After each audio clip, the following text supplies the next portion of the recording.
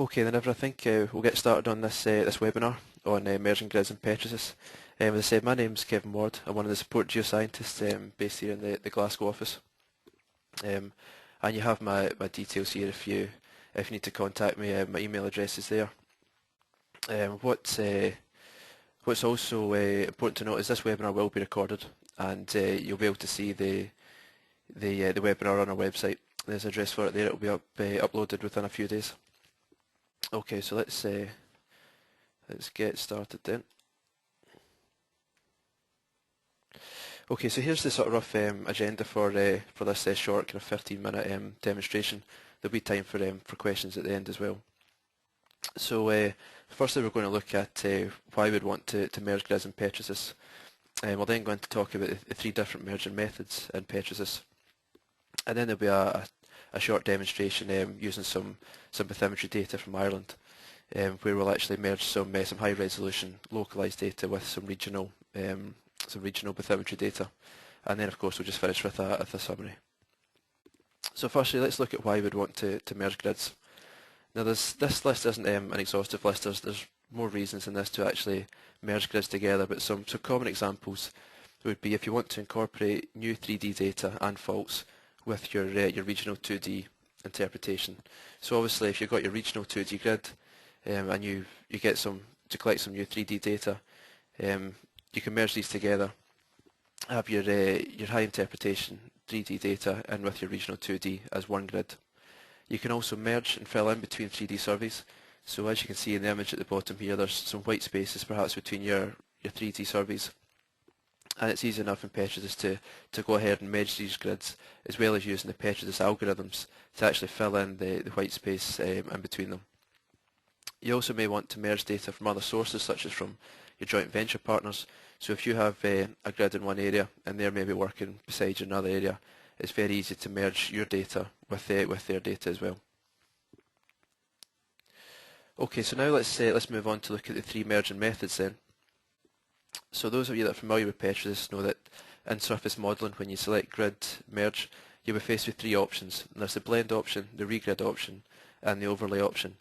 And what's key here when you're wanting to merge grids is to decide early on which of these options is going to work best for your data. So to help us accomplish this, I have a very handy table taken from our training manuals here. Now along the top here, they have some questions that ask you a bit about what your grids are doing and what you're trying to do with the merging. And then down the left we have the three options. And then there's a series of yes/no answers to these questions. So when you're wanting to merge grids together, the first thing I would say would be to look at this table. And if any of you want a copy of this as a PowerPoint slide, then let me know at the end and I'll get that to you. So one thing to note then is the overlay option at the bottom here. The answers to all of these questions are no. So do you need your merge to honour the grid faults? Well, the overlay can't do that. And it's the same for a few things. So can it extrapolate? No. Can you use non-conodular grids? No. Can you get a weighted output? No. And does it blend the transition? Again, no. So the overlay function is really quite a coarse merge function, if you like. It simply replaces the nodes of one grid into the other grid. So there's no sort of blending or transition between the two grids. It simply replaces all of the nodes in one grid with the other grid that you specify. So getting a little more complicated in terms of merging than the overlay function are the regrid and blend options. And as you can see here, they're pretty much the same in a variety of areas. So both of the regrid and blend option will honour grid faults. Both of them can use non-conodular grids, so if you have different cell sizes, and both will give a sort of blended transition from the grid you're merging into the other grid.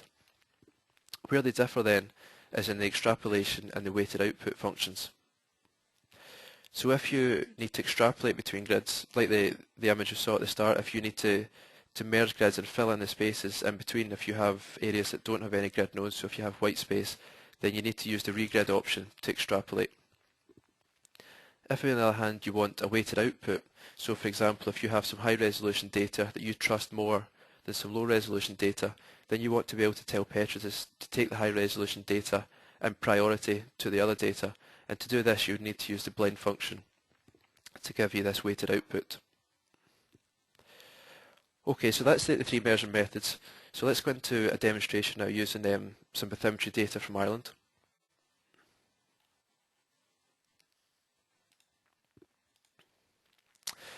Okay, so here's the map I have for this. We've got the coastline of Ireland here.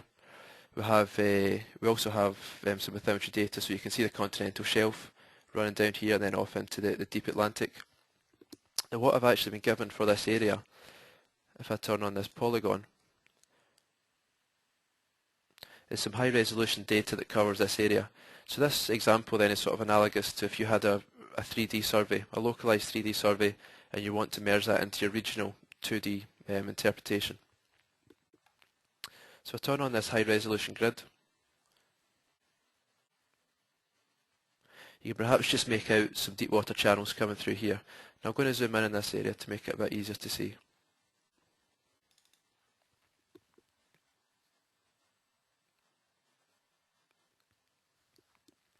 So there we are, you can just pick out these channels running through here. This is the high resolution data.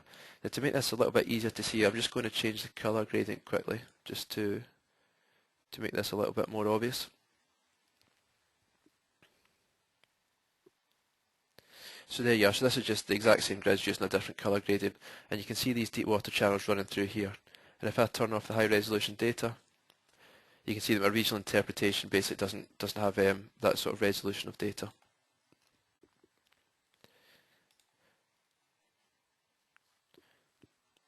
Okay, so now I've got both high resolution data and my low resolution data turned on. And I'm just going to make some observations before I actually go into the merging process.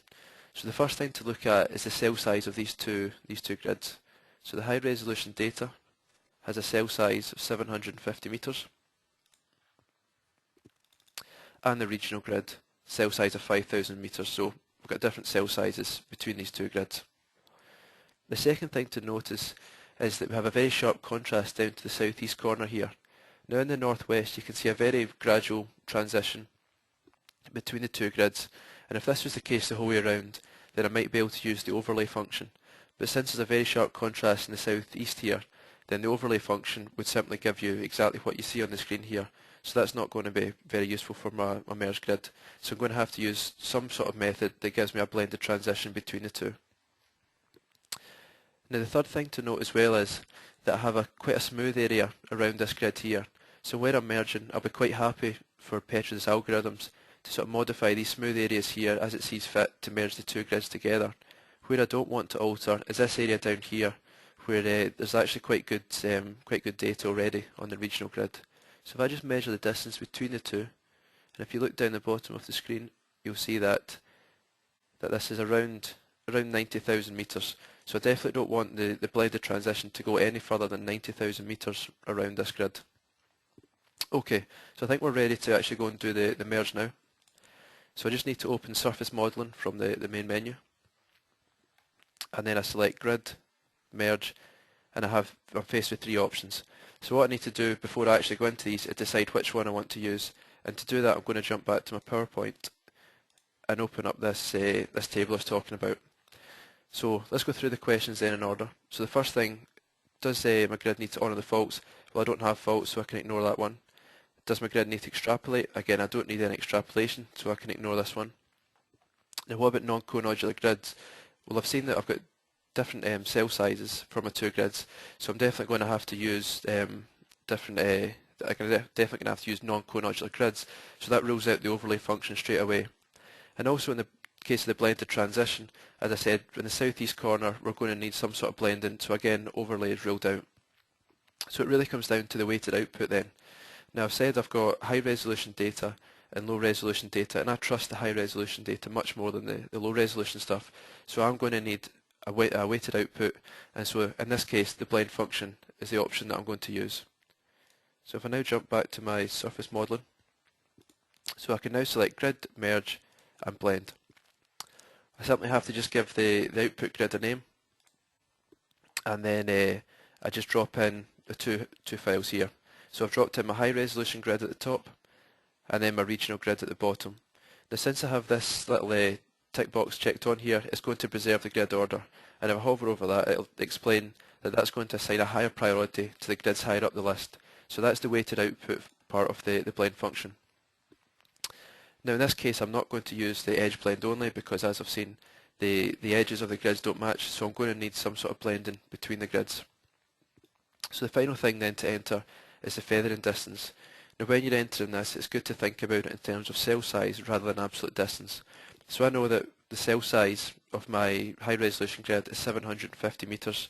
So in this example I'm going to select 7,500, so 10 cell sizes, to try to give the software enough of a chance, so 10 cells, to merge the two grids together.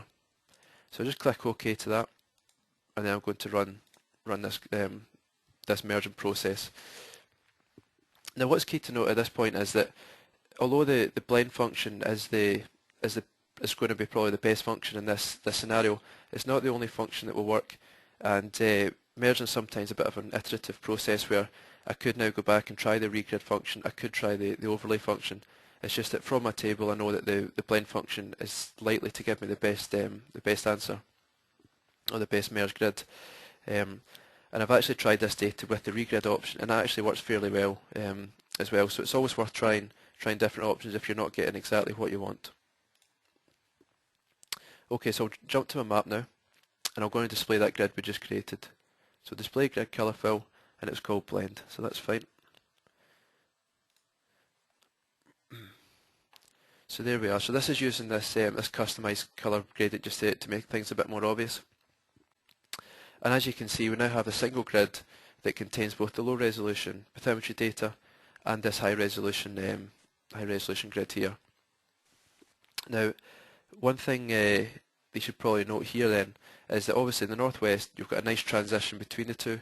And if I change this now to the original color gradient, you can see this nice transition to the northwest. However, in the southeast here, again we've got this very sharp transition. Now it's not as sharp as it was before because the grid and algorithms have done some sort of merging, but quite clearly the 7,500 meters hasn't been enough distance to give a nice transition between the two. So what I'm going to have to do now then is go back to surface modelling, and I'm going to have to change this feathering distance. And I've had a bit of a play with this before, and I found that 50,000 meters is probably the best distance to use. So this satisfies a couple of things. It satisfies that I've got a large enough distance that the two grids can be blended together, giving a smooth transition, and it's not past the 90,000 meters, so it's not going to affect the nice sort of continental shelf break that we saw earlier. So I can click 50,000 meters, and I'm just going to change the name, so that would be called blended bathymetry. Okay to that, and now I could just run that, and that will go through it. Now I've created this grid earlier, so I'm just going to jump to that just now and display that for you. So display grid color fill, and this one's called blended bathymetry. And we'll click OK to that. There you can see this this final output. Just drop that below the outline of Island. So now we can see that we have this high resolution data in the middle and a nice transition into the regional grid. Now I've also got this in 3D Viewer, but I've been told the 3D Viewer is a little bit slow over the internet anyway.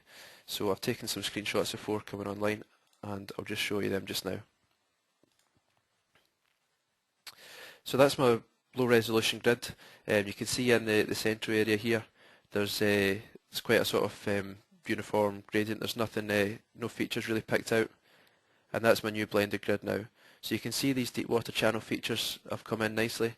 They've been retained, and it's been blended into the regional grid as well. So that concludes the demonstration. I'll just summarise what I think are the sort of key points of merging in Petrosys. So grid merging in Petrosys allows the geoscientist to combine individual or even isolated interpretations into a more meaningful and a single output. The geoscientist also has the ability to choose which method is suitable for their grids. So by using the table that shows you, you can decide which of the methods is best for your data. And the geoscientist also has full control over of how the grids are merged together. So the geoscientist can choose the priority of the grids. You can choose the feathering distance, or if you want only the edges to be blended. So the geoscientist really has full control over how the grids are merged together. So thanks everyone for your attention for this short demonstration on grid merging and Petrosys. We have a email address here if you want some more answers after the demonstration.